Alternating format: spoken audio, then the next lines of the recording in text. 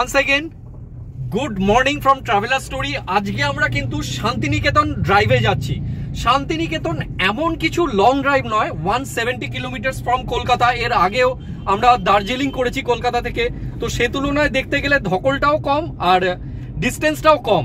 আরেকটা কথা বলবো, শান্তিনিকেতন যদিও 170 কিলোমিটার ডিস্টেন্স, বাট শান্তিনিকেতন যেতে কিন্তু টাইমটা এখন বেশি লাগছে, পরবর্তীকালে এখন পরে কম লাগবে, যেহেতু শক্তিগড়ের পর থেকে বা দিল্লি রোডে প্রচুর কাজ চলছে আর ডাইভারশন আছে। তো সেটা তোমরা সঙ্গে থাকো, দেখতে থাকো, আমরা ট্যুরের ইনফরমেশন শেয়ার করব।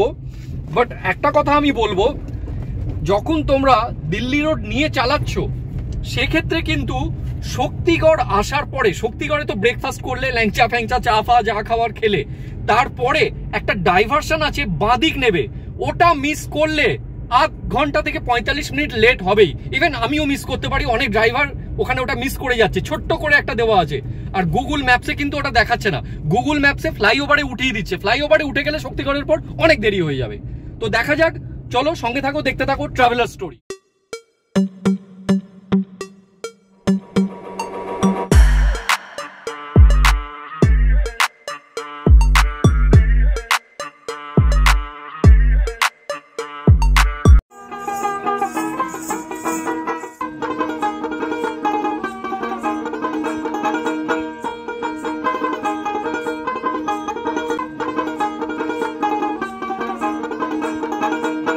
এবারে জার্নিটা কিন্তু খুব সকাল সকাল শুরু করতে হয়েছিল, যেহেতু অনেক বন্ধুবান্ধবকে আমাদের ওঠানোর ছিল।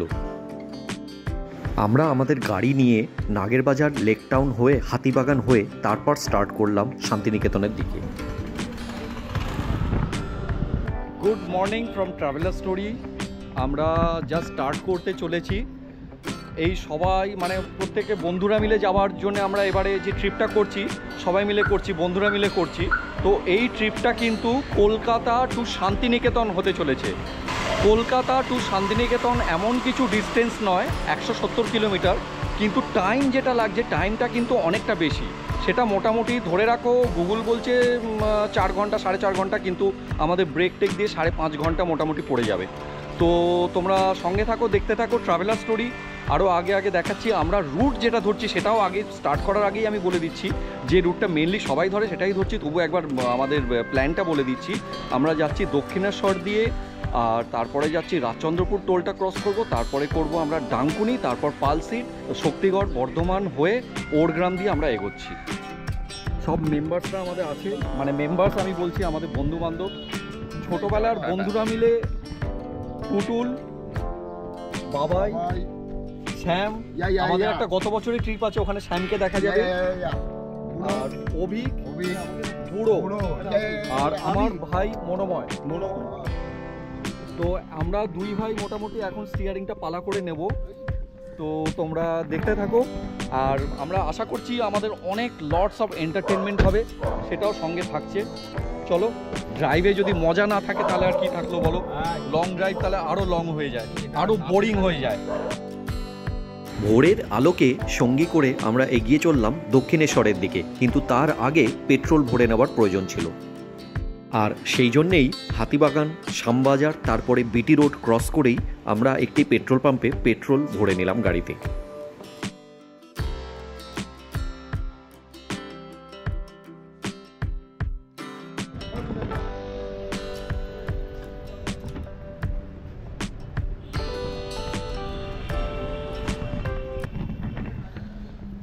ফার্স্ট কাজটা হলো লং ড্রাইভে গেলে অবশ্যই টায়ার প্রেশারটা চেক করে নেওয়া।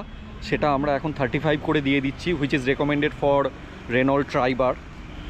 আর আরেকটা জিনিস হচ্ছে, এখন আমরা আপাতত 2500 টাকা তেল ভরে নিচ্ছি। কতটা লাগবে জানি না, মনে হচ্ছে 3000-এর মধ্যে হয়ে যাবে আশা করছি। 7 জন বন্ধু মিলে আমরা যাচ্ছি, ফুললি লোডেড। আরেকটা ব্যাপার হচ্ছে যে আমি কাল সন্ধেবেলায় কিন্তু দেখে নিয়েছি, যেটা হচ্ছে যে কুল্যান্ট কতটা আছে, ব্রেক অয়েল ঠিক আছে কিনা, আর ইঞ্জিন অয়েল তো ঠিক আছে আমি জানি, তবুও দেখে নিয়েছি। আস্তে দিও।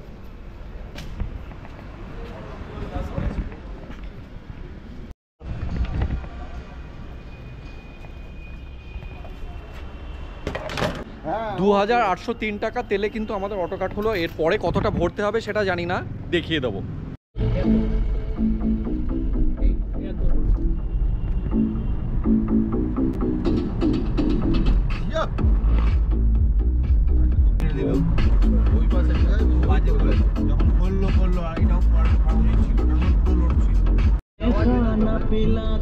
यारो मैं कदों में चलती राहों में भी पी ले तो जी लेने दो जी ले। ডানলপ থেকে বাঁদিকে দক্ষিণেশ্বরের দিকে ধরলাম, তবে আমরা কিন্তু রাজচন্দ্রপুর টোল দিয়ে যাব বলে আমরা ফ্লাইওভার বা ব্রিজটাকে ধরব। আপনারা চাইলে এই টোলটা অ্যাভয়েড করতে পারেন, তবে সময়টা অনেকটা বেশি লেগে যাবে।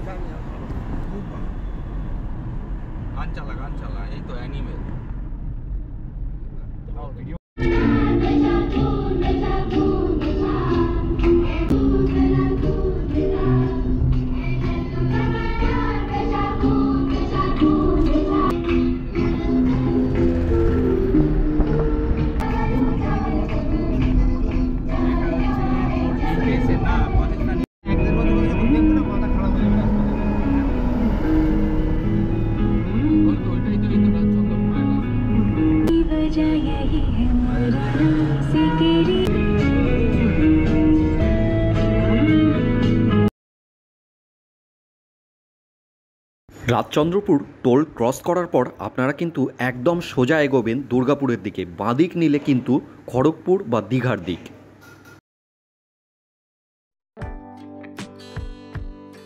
তবে রাজচন্দ্রপুর ক্রস করার পর ডানকুনি পর্যন্ত রাস্তা কিন্তু যথেষ্ট কনজেস্টেড। তুলনামূলকভাবে এখানে কিন্তু ট্রাফিক মুভমেন্ট যথেষ্ট স্লো। আর দিল্লি রোডে আরেকটা বিষয় লক্ষণীয়, সেটা হচ্ছে যে ট্রাকগুলো কিন্তু কোনোভাবে লাইন মেনে চালাচ্ছে না। এখানে 3টে বা 4টে লাইন থাকলেও সেই লেনগুলোর ওপরেই কিন্তু ট্রাকগুলো সব কটা লেনেতেই চলছে। অন্যান্য রাস্তায় যেরকম দেখি আমরা একটা দিক দিয়ে যাচ্ছে, এখানে কিন্তু সব রকম দিক দিয়েই যাচ্ছে, যার জন্য ট্রাফিকের মুভমেন্ট সত্যিই খুব স্লো। কিছুক্ষণের মধ্যেই আমরা ডানকুনি টোল এসে পৌঁছলাম।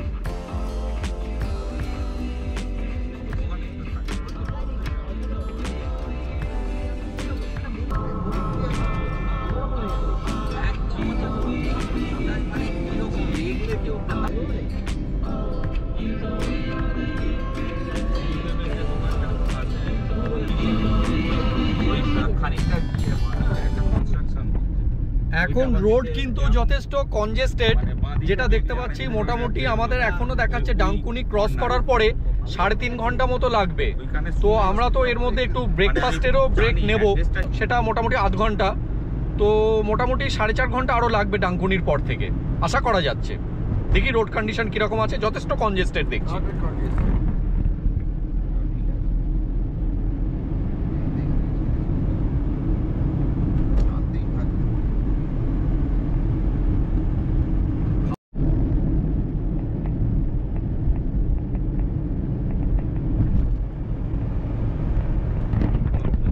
এতক্ষণ বাদে মোটামুটি ডানকুনি ক্রস করার পরে আমরা কিন্তু ভালো রোড পেলাম, যেটা আর কি ড্রাইভিং করে বেশ কনফিডেন্স পাওয়া যাচ্ছে এবং আরামও লাগছে, কেননা 5th গিয়ারে গাড়ি চালানো যাচ্ছে আফটার ডানকুনি।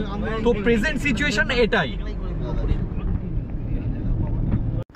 ডানকুনির কিছুক্ষণ পর থেকেই কিন্তু রাস্তা বেশ চওড়া এবং অনেক জায়গায় ডাইভারশন কম আছে, সুতরাং গাড়ি চালিয়ে কিন্তু বেশ মজা পাওয়া যাচ্ছিল।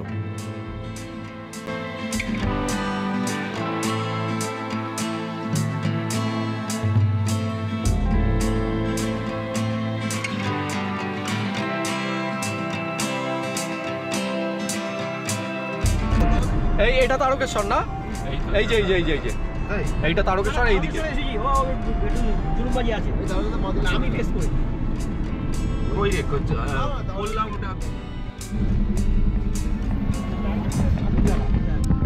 দিল্লি রোডে কিন্তু অর্থাৎ NH-19-এ এখনো অনেক জায়গায় প্রচুর ডাইভারশন আছে এবং কাজ হচ্ছে, সেটা কিন্তু চোখের সামনে এখন দেখতে পাচ্ছি। ডাইভারশন দেখতে পাচ্ছি আমরা। তো যাই হোক, আমরা সেটা এক্সপেক্ট করেই এসেছিলাম। শান্তিনিকেতন রুট টাইম লাগবে। দীঘা কিন্তু অনেক ফাস্ট যাওয়া যায়, তবে শান্তিনিকেতন যেতে গেলে কিছুটা তো মেহনত করতেই হবে। লং ড্রাইভে সেরকম আনন্দটা অবশ্য পাচ্ছি না।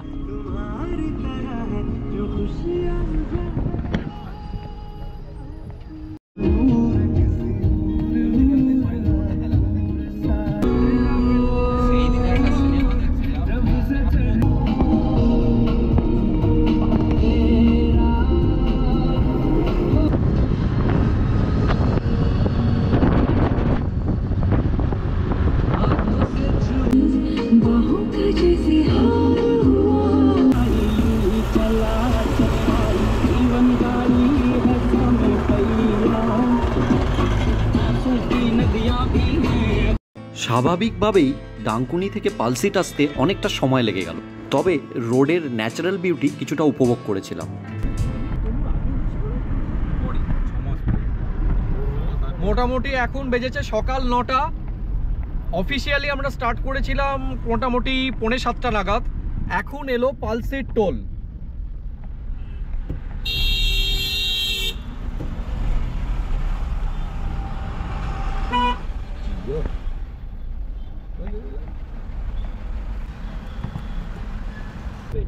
ব্রেকফাস্ট এবার আমরা করব শক্তিগড়ে। পালসিট ক্রস করার পর রাস্তা কিন্তু যথেষ্ট ভালো হয়ে গেছে এখন, আর এই বাঁদিকে টার্নিং নিচ্ছে, সেটা কিন্তু খেয়াল রাখবেন। পালসিটের পরেই আধ ঘন্টার মধ্যে মোটামুটি শক্তিগড় এসে পৌঁছবেন, তবে শক্তিগড়ের আগে কিছুটা কাজ হচ্ছে বলে কনজেশন পাবেন।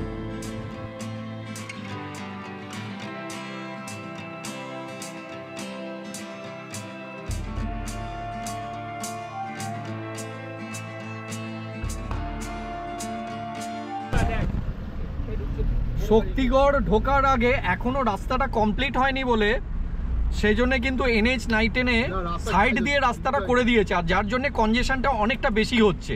তো এখানে কিন্তু মোটামুটি আপনারা ধরে রাখতে পারেন 20 মিনিট মতো সময় নষ্ট হবে। এই ল্যাংচায় ঢুকিয়ে দিলাম আমরা।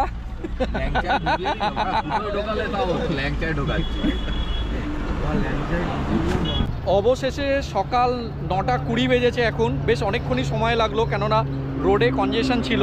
আমরা এসে পৌঁছালাম একটি ল্যাংচার দোকানে।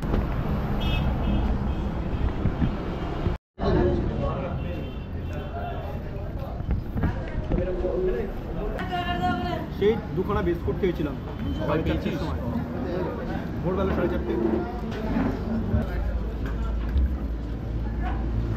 দিয়ে দিলে মনে রাখবি কে কটা লাল লাল ছিল না।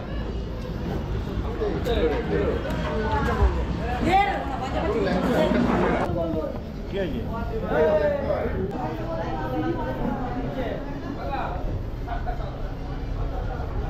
এই সাহেব সবাই আরে আমার কাছে আছে সামনে।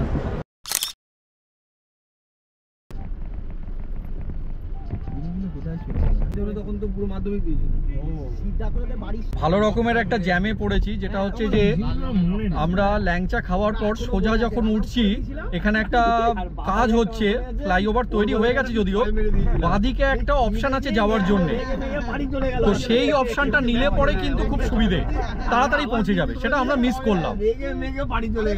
তো অ্যাজ পার গুগল যেতে গিয়ে সেটা হলো। যাই হোক, ম্যানেজ করে নিচ্ছি। হেলদি এলো না, কতবার টাকা হলো, এলোই না। ভালো রকমেরই কিন্তু জ্যাম আছে ফ্লাইওভারটার উপরে। তো এখানে আপাতত আমাদের 20 মিনিট নষ্ট হলো। সারা জীবনে কিন্তু তোল তো ভিডিওটা, এটা চলছে চলছে চলছে। কি করছিস? দেখ বাবা ভালো লাগে রে।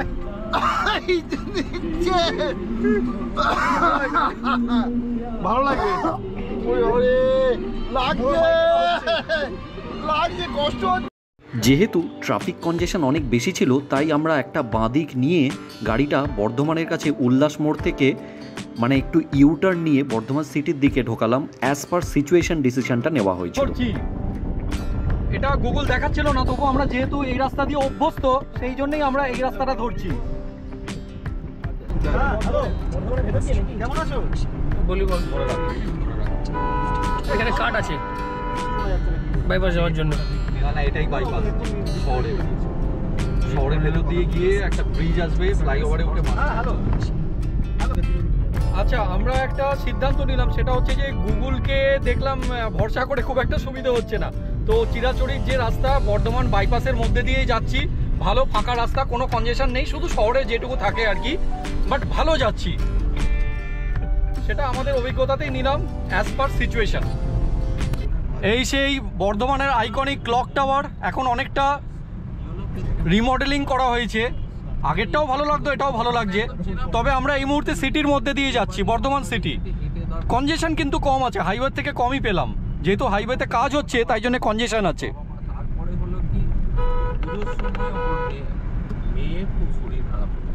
কিন্তু খাওয়া দাওয়ার অনেকে বর্ধমান সিটির মধ্যে যারা আছো তাদের প্রত্যেককে জানাই ট্রাভেলার স্টোরির তরফ থেকে কি বলকে ছেড়ে দিয়েছে শুভেচ্ছা। এর বাবা আমি আপাতত আমার এক হাতে ক্যামেরা, এক হাতে স্টিয়ারিং এইভাবেই নিচ্ছি। একটু পরে আমি হেড গিয়ারটা ইউজ করব। মানে বলকে কি ছেড়ে দিয়েছে? আমাদের চ্যানেলে একটা ভিডিও আছে, সেটা 2-3 বছর আগেকার। তখন কিন্তু এই রাস্তাটা দিয়ে আমরা দার্জিলিং গিয়েছিলাম। এখন তো মানে নর্থ বেঙ্গল যাওয়ার জন্য অনেকগুলো ভালো রুট হয়ে গেছে। এই দিকটা জেনারেলি লোকে অ্যাভয়েড করে, এই কাটোয়া কালনার দিকটা দিয়ে। তো এই ফ্লাইওভারটা মনে পড়ছে দেখে। সত্যি কথা বলতে এই ফ্লাইওভারটা বর্ধমানের এখন গর্ব। অনেক সুবিধা হয়েছে মানুষের, আগে প্রচুর জ্যাম হতো।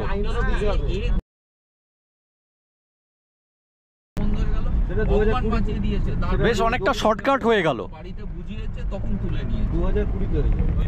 যখন ভোরের দিকে কোনোদিনও নর্থ বেঙ্গল যাচ্ছেন কাটোয়া কালনার রাস্তা দিয়ে, সেক্ষেত্রে কিন্তু এই রাস্তাটা দিয়ে ডান দিক নিতে হয় এই ফ্লাইওভার থেকে, কিন্তু আমরা এখন নেব বাঁ দিক। কিছুটা সুবিধে হলো।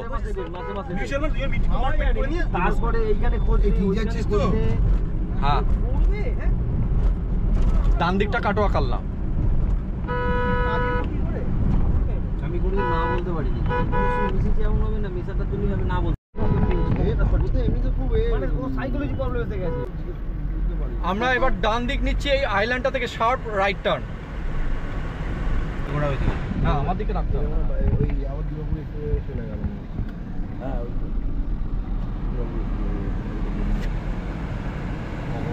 নবাবহাট মোড়, পূর্ব বর্ধমান নবাবহাট মোড়। এখানটা অবশ্য একটু কনজেস্টেড। তোকে ফোন করতে হবে না, তুই সত্যি বলে তোকে ফোন করতে হবে। দেখলাম যে ভাই কত ফোন করতে হবে। বোলপুর 50 কিলোমিটার, 50 কিলোমিটার বোলপুর দেখাচ্ছে। ও তো জানে, ও তো যায়, দেখিস তুমি। রামপুরহাট 118, বোলপুর 50। সময় দিনই ওদের পেছনে। বউ পুজোর সময় পাপু আসলেই আমার বউ বলতো যাও তুমি পাপু হরিপদে যাবো, 7:30 বন্ধ হয়ে যাবে। আমি ওকে বলছি দাঁড়া আমি একটা রং কিনতে যাবো সামনে। আমি বিয়ের গাড়ি করছি, আমি মানে ভেরি ভেরি ব্যাড লাক, যেটা হচ্ছে যে তালিত রেল ক্রসিং, যেটাতে একটুর জন্য ফেসে গেলাম, একটুর জন্য জাস্ট ফেসে গেলাম। এটায় পড়লে পরে আমি যতটুকু জানি, প্রিভিয়াস অভিজ্ঞতা থেকেও জানি, 20 মিনিট বা 25 মিনিট। ভাগ্য ভালো থাকলে আগে ছেড়ে দেবে। এখন তো একটা মালগাড়ি যাচ্ছে, দেখি মোটামুটি আটকে গেলাম, ব্যাস। তালিত রেল ক্রসিং, এই একটা বড় মালগাড়ি যাচ্ছে। মোটামুটি এখানে আপনারা চা ফা খেয়ে নিতে পারেন চাইলে। পুরো ফেঁসে গেলাম একদম। বাড়িতে দেখতিস না এসে ঝামেলা করতে এসে ও মাসি বলে তুই কি রে, তুই ওকে দেখতে এসে যাস না, ঝগড়া করতে এসেছিস। গাড়ি থেকে বন্ধু বান্ধবরা সব নেমে গেছে। এটা খোল না স্যাম, এটা নে। আমরা ছুই যাইছি, নাকে দিয়ে দে, নাকে দিয়ে দে। মানে আউট করে ঠিক আছে। ভাগ্যটা ভালো, একটু তাড়াতাড়ি ছেড়ে দিল, 10 মিনিটে ছেড়ে দিয়েছে। বড় হলো না আমার কাছে। হ্যালো, এই ওদি ইসলামের জায়গা। হ্যাঁ, দেখা যায় কি না দিলে জাট গরম হয়ে যায়। বিভিন্ন রকম একটা জামা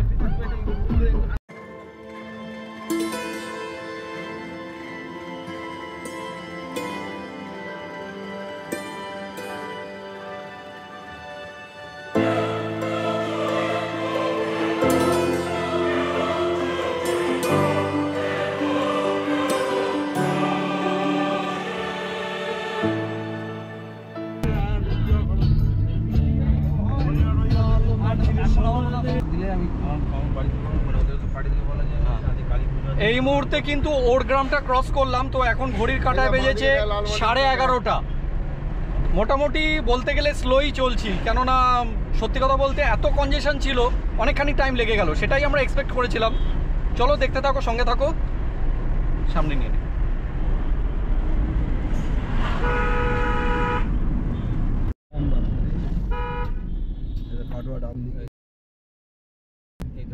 বোলপুর 24 কিলোমিটার বাকি।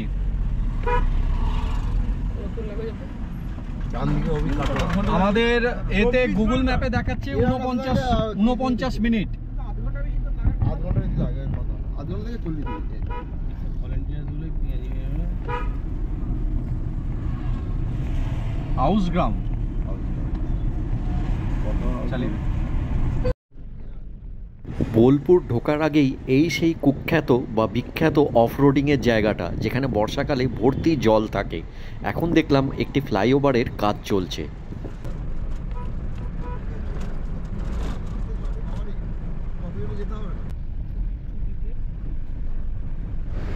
এই জায়গাটিতে ছোট ছোট গাড়িগুলির সত্যিই খুব যেতে অসুবিধে হচ্ছিল।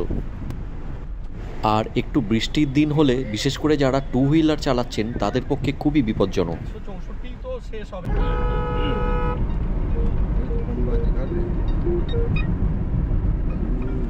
হ্যালো, আর একটুখানি বাকি আছে শান্তিনিকেতন ঢুকতে। আমরা এখনো ঠিক করিনি কোথায় হোটেল নেব। ওখানে গিয়ে যে হোটেলটা ভালো লাগবে সেটাই আমরা নেব, সেটাও তোমাদের দেখাবো। চলো। ঠিক আছে, হোটেল বুক করার পর কাছাকাছি এসে গেছি। আচ্ছা, হ্যাঁ, ঠিক আছে ঠিক আছে ঠিক আছে। আর বলে দে, আমাদের দুটোর জন্য সমতলের ব্যবস্থা করা হয়েছে।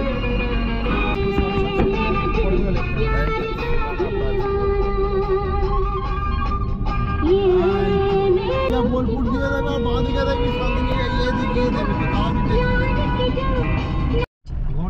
আমরা বাঁ দিকে নিলাম শান্তিনিকেতনের দিকে। এবার আমরা ঢুকে গেছি জাস্ট 4.2 কিলোমিটার।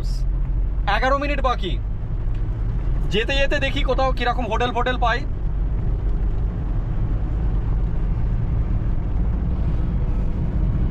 একটা ছোটখাটো 20 টাকার টোল নিল মাঝখানে, বোলপুর পৌরসভা অনুমোদিত।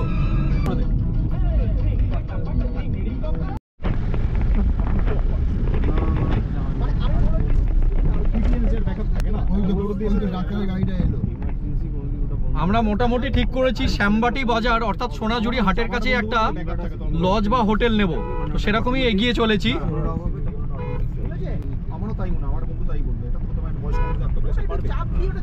জায়গাটার নাম হচ্ছে শ্যামবাটি বাজার।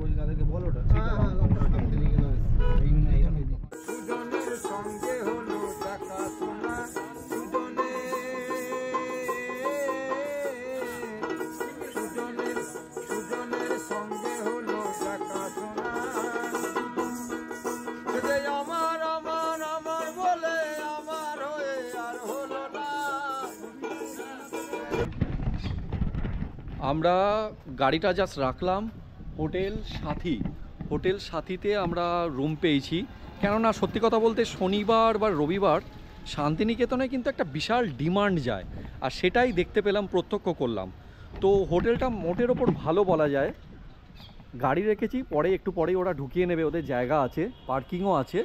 হোটেল সাথী, এখানে রুমের ক্যাটাগরি কিন্তু খুবই ভালো আছে, plus AC room, most of the rooms are AC, non AC একটা আছে ডরমেটরি। কলকাতা টু শান্তিনিকেতন এই ব্লগটা মোটামুটি আজকের মতো শেষ করতে চলেছি। যদি আপনাদের বা তোমাদের ভালো লাগে তাহলে কিন্তু লাইক বাটনটা প্রেস করবে। আর একটা রিকোয়েস্ট রইল, চ্যানেলে নতুন হলে সাবস্ক্রাইব করবে এই ধরনের ড্রাইভিং রিলেটেড ভিডিও যদি চাও। আজকের মতো শেষ করছি, আমি বিরাজ, বাই।